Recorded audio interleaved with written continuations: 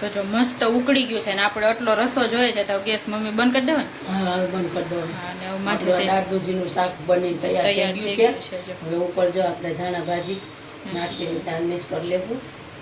ધાણા ભાજી ફૂલ માત્રામાં નાખશો કારણ કે આપણે ધાણા ભાજી બહુ બધી લીધી છે. વધારે હોય તો વધારે મજા આવે. મન બધા શાકમાં ધાણા ભાજી ફૂલ જ ભાવે. તો જો આપણે બપોર તો થઈ ગયા છે પણ અત્યારમાં કાંઈ જમવાની ઈચ્છા નથી. તો જો આ ગલેલી હું તાલ ફળી કંઈક કહેવાય ને તાળી તાળી નો કહેવાય.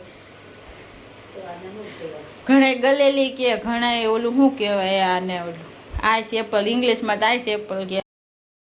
ગુડ મોર્નિંગ, જય માતાજી, જય શ્રી કૃષ્ણ બધાને. તો કેમ છો બધાય મજામાં? આઈ હોપ કે તમે બધા મજામાં હશો. અમે પણ મસ્ત મજામાં છીએ. તો જો મસ્ત મજાના નાહીને રેડી થઈ ગયા છીએ. કામ બધું ફાઇનલ થઈ ગયું છે અને આ કપડાં કાલે ભવનાથ ગયા ઘડીક પહેર્યા હતા તો કીધું ઘડીએ ઘડીએ હું ધોવાના એટલે પાછા જો આપણે આજે પહેરી લીધા છે અને બધા રેડી થઈ ગયા છે. જે હવાનું થયા છે. ગુડ મોર્નિંગ, જય માતાજી, જય શ્રી કૃષ્ણ બધાને. ભાઈ મસ્ત મજાની સવાર થઈ ગઈ છે, ઉઠી ગયા છે બધા. આ ઘણા ટાઈમ ટી શર્ટ પહેર્યું નતું ને, ટી શર્ટ પહેરી કેટલા બધા ટી શર્ટ પહેર્યા હોય પહેર્યા જ નહીં. પછી ઉપર જે હાથમાં આવે ને હું ટી શર્ટ પહેર્યું 2 થી 3 ટી શર્ટ માથે હોય ને પહેર્યા. કાલે ખાનું હરખું કર્યું ને તો નો પહેર્યો ને માથે રાખી દીધા. જો આજે પહેરાઈ ગયું પહેરાય ક્યાં લાગે એવું. આ કેટલા ટાઈમથી પહેર્યું નથી ને, હાલો પહેરી લે. અઠવાડિયું રોજ અલગ અલગ ટી શર્ટ પહેરે ને તોય હાલે એમ છે પણ ભાઈ કેમ પહેરતા જ નથી. જો નાસ્તો કરી જાવ શોપ. મમ્મી જો અહીંયા રોટલી બનાવે છે અત્યારમાં. જય શ્રી કૃષ્ણ, જય માતાજી બધાને. કેમ છો બધા? મજામાં ને?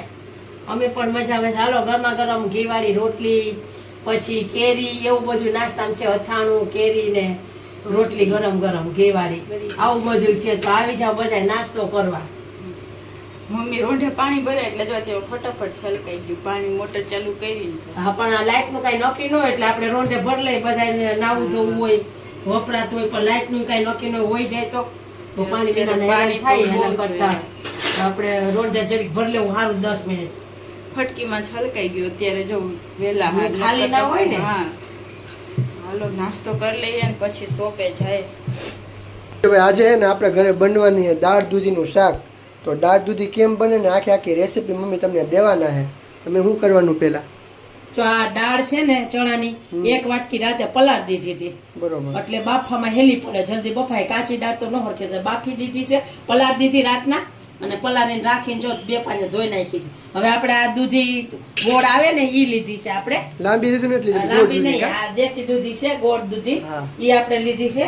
એમાં અડધી દૂધી જો આપણે એમાંથી કાપી લીધી છે અને હવે આને સાલ કાઢી અને આપણે આ દૂધીને સુધારી લેવું. આવી રીતે નાના નાના કટકા. તમને આજે દાળ દૂધીનું શાકની રેસીપી મળવાની છે ફૂલ. એકદમ આ મસ્ત દૂધી હોય. આમાં જો બીએ ન હોય, હાવ કુણી ઘી જેવી હોય. જો કેવી સરસ દૂધી છે. મસ્ત. બધા એમ કહેતા આ ગોળ દૂધી આવે ને મીઠું શાક થાય. હવે જો આવડા નાના નાના કટકા કરી લેવું આપણે આને. તમે દાળ દૂધી શાક તો ઘણું જોયું હોય છે પણ આ રેસીપી કંઈક અલગ જ છે. કેમ કે એકદમ ઓલે આપણે શું કહેવાય મેરીને દાળ છે ને એકદમ ક્રશ કરીને એકદમ ખબર જ ન પડે દાળ દૂધી એકવાર આવી રીતે બનાવશો તો વારે ઘડીએ તમને બનાવીને ખાવાનું મન થાય એવી દાળ દૂધી આ દાળ છે ને મમ્મી દર વખતે પીસી નાખે, ક્રશ કરી નાખે. આમ આખી દાળ તમને કોક જ જોવા મળે ક્યાંક. અને દૂધી એકદમ બફાઈ જાય ને એટલે એ ખબર ન પડે. દાળ દૂધી ન પડે દાળ ખાતા હોય દાળ ફ્રાય જેવું આમ રસાવાળું એટલે એવું લાગે. નથી જો આ દૂધીમાં હાવ બિયાડ ન હાવ કુણી નાખવાની. જો હાવ તાજી ને કુણી. ઓલી લાંબી દૂધી આવે એવી ન આવે. આ મીઠી એવી સરસ હોય એટલે દાળ દૂધી એકદમ મીઠું બનશે. મમ્મીએ મસ્ત મજાના દૂધીના ટુકડા કરીને રાખી દીધા છે ને હવે હે ભાઈ બાફવાનું છે દૂધી ને દાળ બેને. કા હા આપણે જો આ વાટકી એક દાળ લીધી હતી પલાળી અને રાતે પલાળી હતી ને ધોઈને 2 પાણી રાખી દીધી. હવે આ નાખી દેવું કુકરમાં આપણે અને આ દૂધી અડધી સુધારી હતી એ હોતા એને નાખી દેવું. અને એક પાણી નાખવાનું, 1 ગ્લાસ પાણી નાખ્યું છે. હજી થોડુંક નાખશું. થોડું પાણી વધારે નાખો એટલે 1.5 ગ્લાસ પાણી નાખ્યું છે અને નિમક એમાં જ નાખી દેવું આપણે એટલે જલ્દી બફાઈ જાય ને મીઠું બધામાં હરખે ચડી જાય.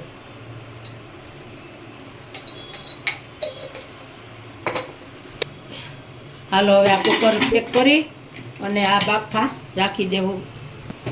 હાલો હવે આ કુકર ગેસ ઉપર રાખી દીધું કેટલા ઘડી રાખવાનું બાફા રોટલી? આપણે 5-6 સીટી વગાડશું. તો જો દાળ દૂધી મસ્ત બફાઈ ગયા છે ને કુકર જો હવે મમ્મી ખોલે છે ને અહીંયા જો ટમેટું સુધારીને રાખી દીધું છે. આ લસણવાળી ચટણી છે ને ખાલી લસણવાળી ચટણી, ધાણા ભાજી સુધારી આના નાખી ભાઈ છે. સુધાર નાખી લસણવાળી ચટણી અને જો આ દાળ દૂધી આપણે બાફા મૂકી હતી મસ્ત ઈ બફાઈ સરસ ગઈ. બફાઈ ગઈ છે.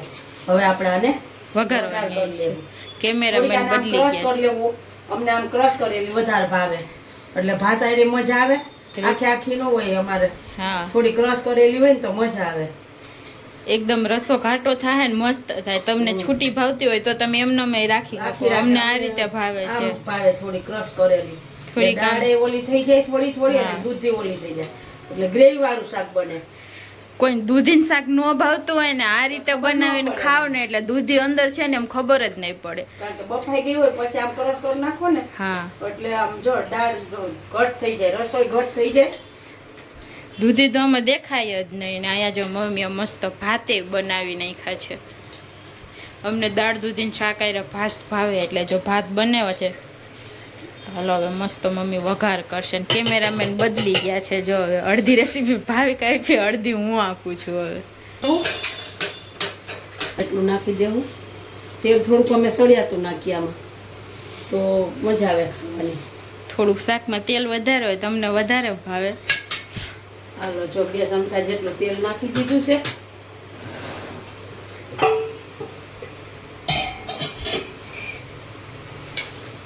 હવે તેલ ગરમ થાય ને એટલે જીરુંથી વઘાર કરશું આપણે. બધા રાઈ હોત નાખતા હોય પણ આપણે રાઈ નથી નાખતા. રાય અમે અમુક જ શાકમાં નાખીએ, બાકી ભાવે ઓછી. કેમ કે સાઉથ ઇન્ડિયન કે અમુક એવી કઢી કે દાળ વઘારીએ ને તો જ રાય નાખીએ. બાકી બધાય અમારા શાક જીરુંથી જ વઘાર હોય. મસ્ત તેલ આવી ગયું છે, ફૂલ ગરમ થઈ ગયું છે. 1 ચમચી જીરું નાખી દેવું.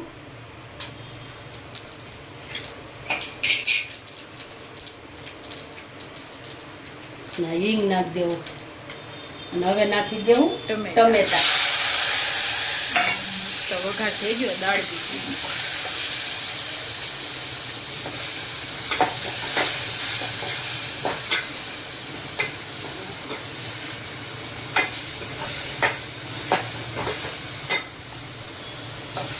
ટમેટાને પાકવા દેવાના ને એકદમ. ટમેટા થોડી ગ્રેવી થાય એવા પાકવા દેવા પડે. એમાં આપણે હળદર નાખી દેવું, થોડુંક નિમક નાખી દેવું. નિમક તો બાફામાં નાખ્યું છે એટલે જાજુ નાખવાનું નથી. લસણ ચટણી કરી એમાં નાખ્યું, ટમેટાનું ભાગનું જ નાખવાનું છે નકર ખારું શાક થઈ જાય.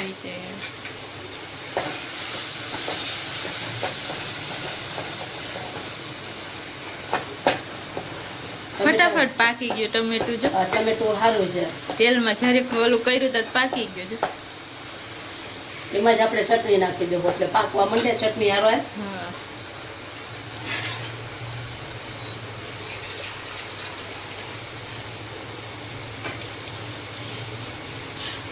હવે જા લસણવાળી ચટણી નાખી દેવું. આપણે તીખું ખાતા હોય એ પ્રમાણે નાખવાનું એટલે ટમેટાના હારવાળી ચટણી હોતે પાકી જાય, કાચી સુગંધ ના આવે આમાં.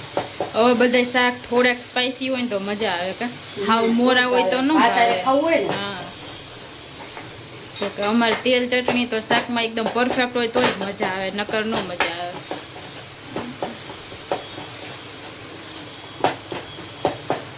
લસણ ચટણી ના મસ્ત સુગંધ આવે.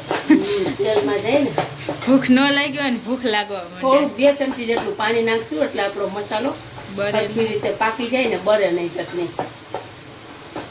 તેલમાં ચટણી પાકી જાય.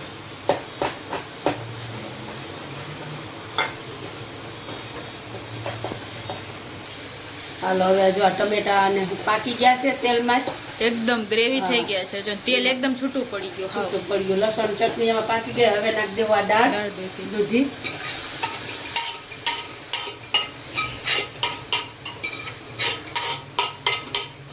થોડીક દૂધી નાખી છે ને આપણે 3 જણાને શાક કેટલું જોઈએ એટલે જો અડધાની અડધી હા પછી વધી પડે એક બે ચીર દૂધીની નાખી તો કેટલું શાક થઈ જાય. પછી વધી પડે તોય વધશે આમાંથી અમારે તો. ખાવું બધાને થોડું થોડું થોડું થોડું. ધસકો મારો. રસોઈ બનાવતા હોય તો ગેસ તો બંધારો થવાનો જ. બસ બહુ તીખું નહીં ને હવે. ના ના બસ માપે એટલો તો. માપે તો હવે એક મસ્ત ચમચી કલર આવી ગયો. ધાણા જીરું નાખી દેવું. હમ. બાકી હળદર તો પેલા જ નાખી દીધી હતી આપણે. હા. જરીક દાળ દૂધીને અંદર પકાવી અને જેટલું તમારે રસો જોઈએ ને એટલું પાણી પાણી પ્રમાણે પાણી નાખવાનું. આપણે કુકરમાં જ નાખી દીધું, બહુ જાજુ નહીં કરીએ રસો. ખબર નાસ્તો કર્યો હોય ને તો પછી બપોરે એટલી બધી ભૂખ ન હોય એટલે માપે રસો હોય તો હાલે શાકમાં અત્યારે તો. થોડું પાકે એટલું નાખવું પણ હા મસાલો પાકે એટલું.